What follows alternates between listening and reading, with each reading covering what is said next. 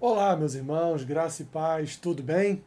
Vamos para mais um episódio do nosso Café com Bíblia de todas as manhãs, hoje, dia 11 de março.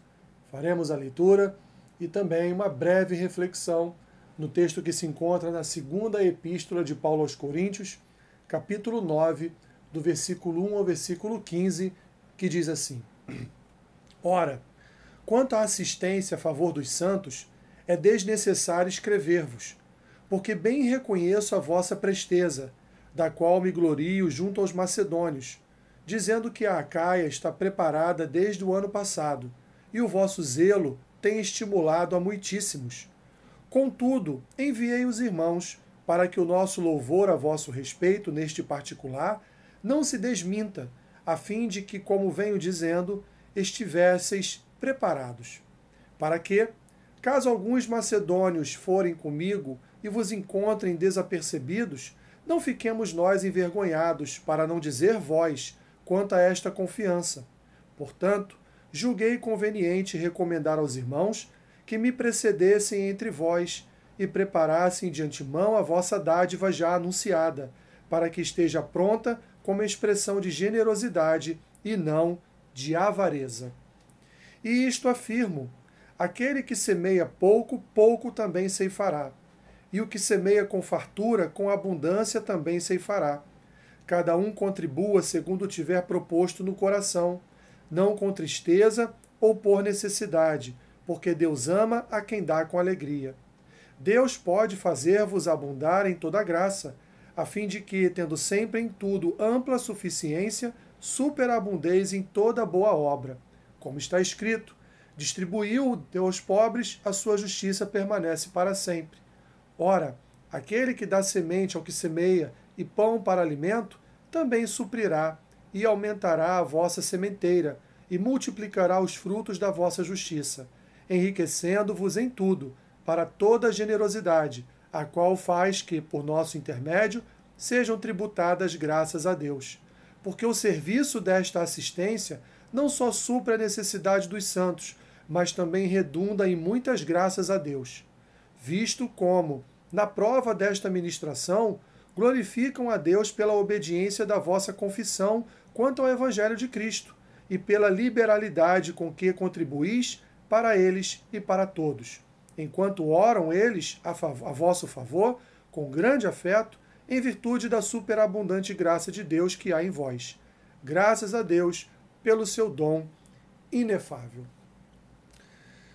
Terminamos hoje, meus irmãos, essa palavra a respeito de dízimos e ofertas, e terminamos com Paulo nos ensinando princípios fundamentais para e em relação aos dízimos e as ofertas. O que Paulo diz, meus irmãos, que aquele que muito semeia, também muito ceifará. Aquele que pouco semeia, também pouco ceifará. Mas ele diz também que cada um dá na sua própria medida e dá de acordo também com a bondade do seu próprio coração. Assim, Paulo, então, nos ensina aqui princípios fundamentais em relação à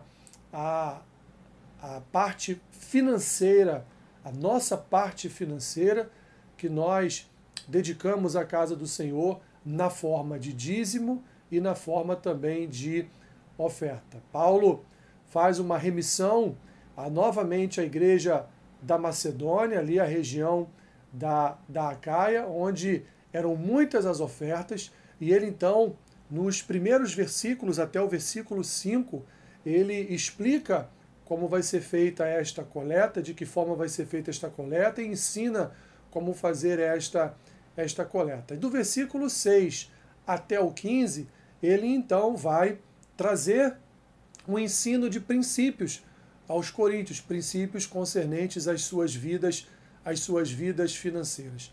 Eu sei, meus irmãos, mais uma vez, que muitos são aqueles que de forma maquiavélica, de forma maldosa, usa esse princípio de se você der muito, recebe muito, se der pouco, recebe pouco, exatamente para enganar, para ludibriar, para angariar riquezas para si próprio. Mas, meus irmãos, nós não podemos nos apegar ao fato de existirem maus pastores, ao fato de existirem igrejas que só se preocupam com prosperidade.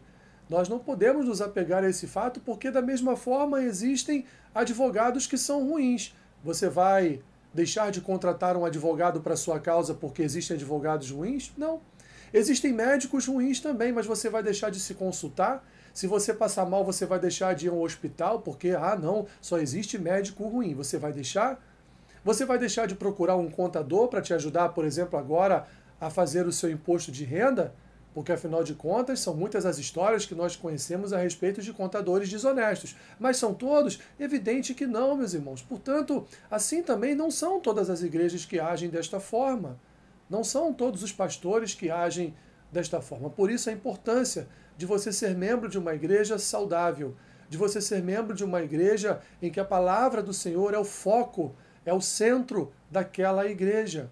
E, portanto, não será uma igreja que estará preocupada com prosperidade, porque, como disse Jesus em Mateus capítulo 6, a respeito das nossas preocupações, o que ele diz, não devemos nos preocupar com o que comer nem com o que vestir, porque Deus, meus irmãos, ele supre cada uma das nossas necessidades. O que devemos dar importância, em primeiro lugar, é o reino de Deus e a sua justiça. E todas as demais coisas vos serão acrescentadas. Portanto, nós não podemos, meus irmãos, colocar desculpas justificativas, injustificáveis, para não dizimar e para não ofertar na casa do Senhor. Repito, se você está numa igreja saudável, ouça as orientações do apóstolo Paulo para a sua vida financeira, porque é certo, meus irmãos, não fazemos isso para receber de volta do Senhor. Nós dizimamos e ofertamos porque o Senhor já tem nos concedido a sua graça e a sua bênção em nossa vida financeira. Mas o princípio que Paulo ensina é que aquele que semeia, ele receberá na proporção daquilo que semeia. Ele ceifará na proporção daquilo que ele lança como semente na terra. Isso é um princípio, meus irmãos, que o apóstolo Paulo aqui nos ensina. Nos ensina ainda a dar com alegria em nosso coração. Não por obrigação, não porque as Escrituras falam, mas porque o nosso coração está disponível a abençoar a igreja, as obras da igreja, as missões da igreja, o pastor e sua família, caso ele esteja em tempo integral na igreja, e até mesmo outros irmãos que passam por dificuldades e que são ajudados pelo seu dízimo e pela sua oferta com cesta básica, com pagamento de uma compra, pagamento de uma conta, enfim, de alguma forma eles são ajudados por esses recursos que chegam à casa do tesouro. Senhor, obrigado por tua palavra. Ela é verdade para as nossas vidas e eu creio, Senhor, que ela atinge os nossos corações em nossas necessidades. Que esta semana em que falamos a respeito de dízimos e ofertas tenha sido uma semana proveitosa ao coração dos meus irmãos. Tenha sido uma semana onde muitas coisas contrárias à sua palavra tenham sido dissipadas do coração dos meus irmãos. Abençoe o dia do meu irmão, da minha irmã.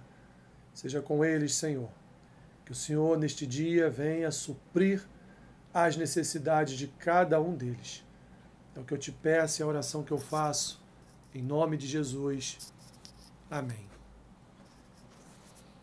Que Deus te abençoe rica e abundantemente. Amém.